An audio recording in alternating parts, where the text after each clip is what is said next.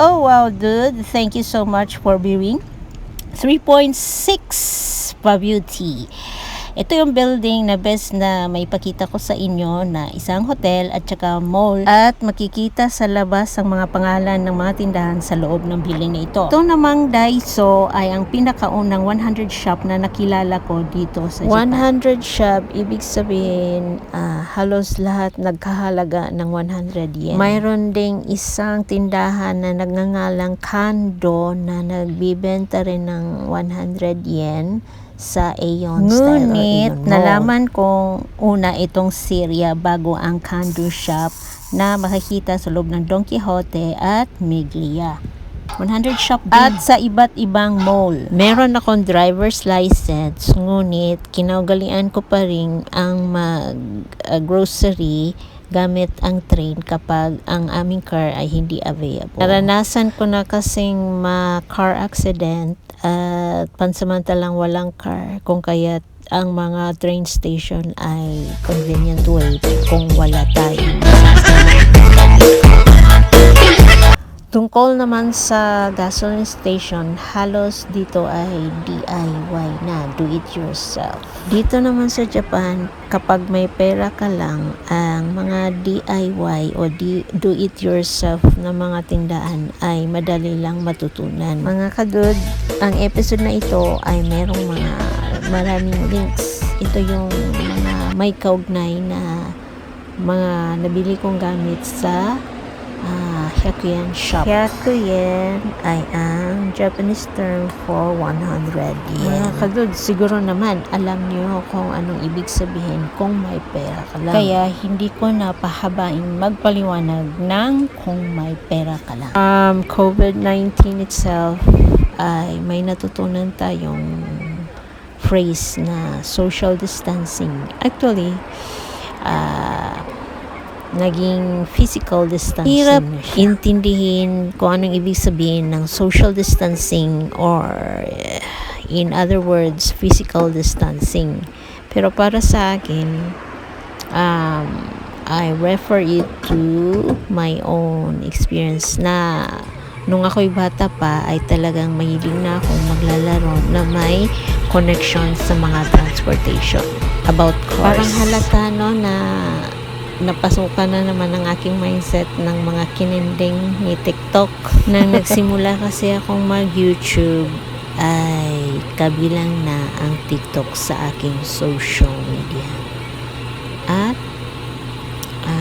sa YouTube lang kasi ako pwedeng makapag-upload ng mahahabang mga vlogs. Ilagay ko na rin dito ang alaala ni Friendster at ang line app na ginagamit na social media dito sa Japan ay naging Line Yahoo na. Okay, kadud, sa lahat ng bagay ay merong ako kasi.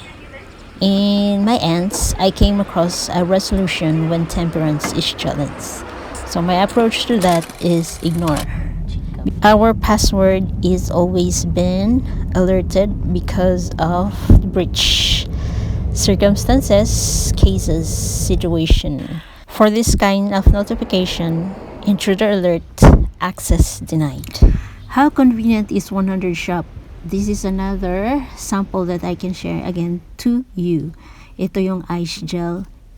Nakakatulong po itong magpa-maintain ng aking body temperature kasi meron na naman akong tooth extraction. Aside from this is yung cotton ball sa atin na tinatawag, pero dito isa cotton, iba yung tsura. Dito sa Archken, Toyota City ay meron silang summer festival na ginaganap tuwing July at autumn festival na ginaganap tuwing October. Ang tagapangasiwa ay ang Uwagurumo. Merong July fireworks at meron ding October fireworks. I think, kadud, yung teaser na link ay naging gabay ko to make and continue this YouTube channel. Meron pa akong gawing obento, madu. Hindi na ako gagawa ng YouTube tungkol dyan. Lagay ko na rin dito yung last na misalo-salo sa kainan dito. Isa-isa nawawala mga kasamahan, pinapalitan, siguro magkahiwalay na naman. Para din sa voice over ng aking series na ito, acknowledgement sa aking I'm not pamangkin. very versed of Japanese Halloween, but I'm more versed of this general Halloween. Ayan, oh my gosh. Oh my gosh. So, okay, ito yung nabili ko sa Daiso na cotton ball sa atin, cotton puff dito. Binilihan ko na rin ng container para sanitize siya talaga. Dahil dyan ay talagang successful ang pagbunot ng aking ngipin. Extraction day noong October 20, 2023, Saturday at 4 p.m. Hindi kasi nagbubunot ng ngipin ang dentist kapag ikaw ay may nararamdaman na sakit o pamamaga ng ngipin. Ayan, dahil sa 5 shots anesthesia ay parang paralyzed ang aking paggamit ng bibig.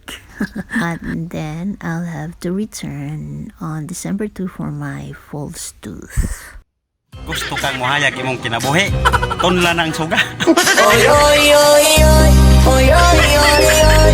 If I get back, do the Kadud instead of rice or porridge, ito yung naisipan kong kainin. Ang mga penny, macaroni, elbow at twist noodles na sinabaw ko with mongo. Ting tang, walla walla bang bang. Ooh ee, ooh ting tang, walla walla bang bang. Ooh ee, ting tang, walla walla bang bang.